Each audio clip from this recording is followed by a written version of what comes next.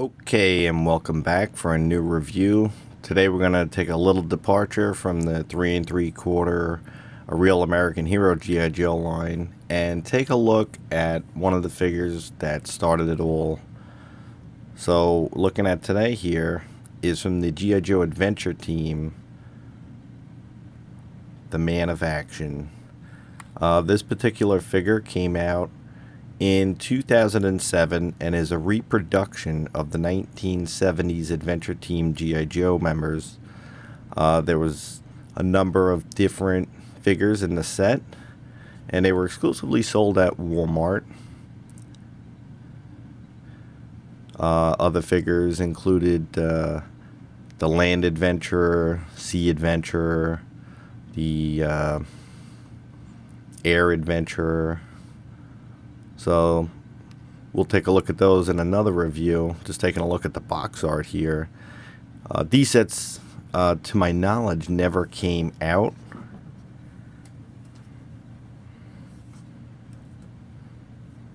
But were kind of an homage to some of the sets you could get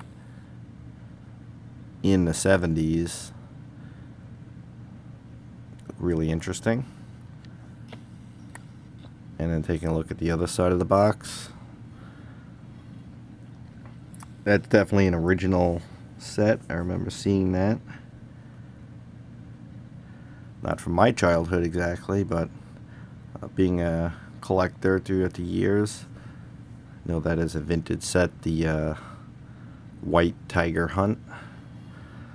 So I'm going to go ahead and crack this open and give you guys a better look at the G.I. Joe Man of Action. Stay tuned. Okay, and now here we have the Man of Action out of package. It's going to give you a brief overview.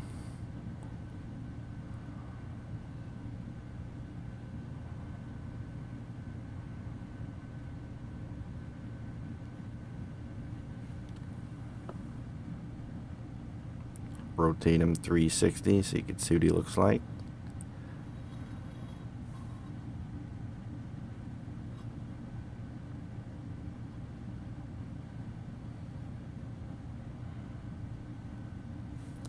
Okay, so we're going to go ahead and take a look at his head sculpt here. And here you can see really nice reproduction of the 1960s, 70s G.I. Joe. This particular one has the flocked hair, so it has that real lifelike hair, as they used to call it. Very nice feature, definitely adds to the realism of the figure. It's a dark brown color. He has blue eyes, and they did some painted detail on his lips and on the classic G.I. Joe scar, which is a really nice touch. Classic head sculpt. I believe they said this is loosely based on John F. Kennedy, if I remember my G.I. Joe history correctly, and I could see a little bit of that in there, so it is believable. Moving down from there, comes with a standard green long sleeve button up shirt. And you notice it has here the Adventure Team logo, which is an A over top of a T to create the logo.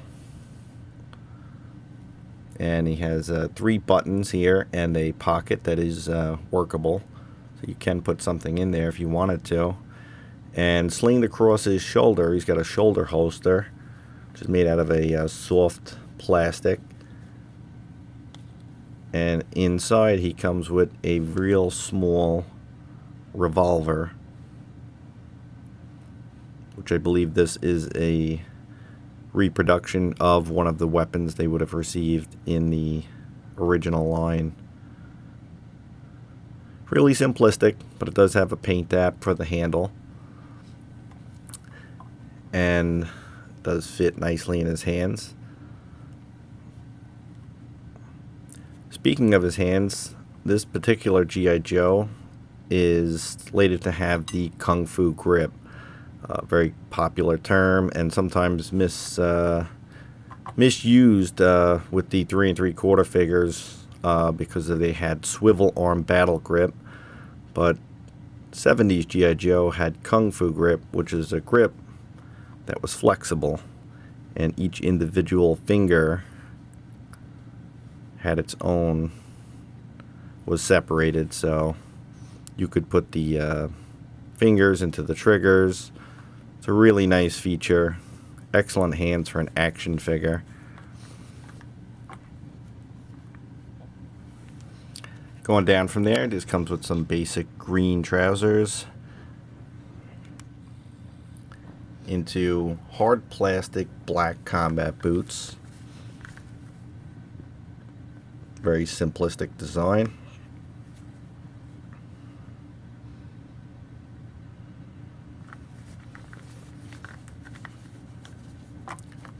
So being that this is a reproduction of the 1970s G.I. Joe, which used the same body as the 1960s G.I. Joes, articulation on this guy is excellent, considering that this is the very first action figure for boys, and considering what had come and passed throughout the decades. The amount of articulation that this figure had was astonishing. I believe it was about 20 points of articulation. So with this figure, he could look left and right,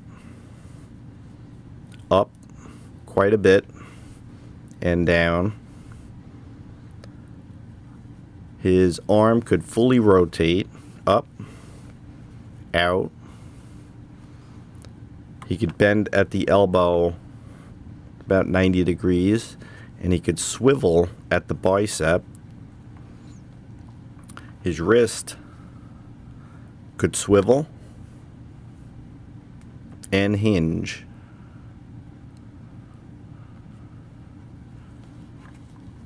He had a waist joint that can not only go left and right, but can go up and down as well.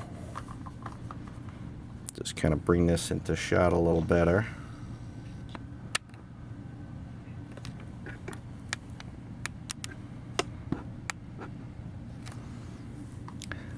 Now at the waist, it was a ball joint, so it could go forward, back, and out. He also had a swivel point at the upper leg, upper thigh area, so he could swivel his leg left and right. A hinge at the knee that would get to about 90 degrees. And for his foot, it could swivel side to side and hinge up and down. So quite a bit of articulation for this being one of the very first action figure bodies created. It's quite excellent, actually, and lots of toy lines have failed to even come close to the amount of articulation that this figure has. Not to say that no one else hasn't, because it has been far exceeded by some of the high-end 6-scale figures of today, but still very usable, very serviceable amount of articulation for 1970s G.I. Joe. Okay, so now just do a little comparison. You'll see the 1970s G.I. Joe with another one of the members of the team. This was the Land Adventurer. This particular one had the beard, and he had essentially the same outfit. You'll notice the shirt and the pants are essentially the same with the boots. There is a couple of small differences. The color of the outfit is obviously in jungle, and this one does not have a pocket. But aside from that, the head sculpt is the same, except for the inclusion of the beard.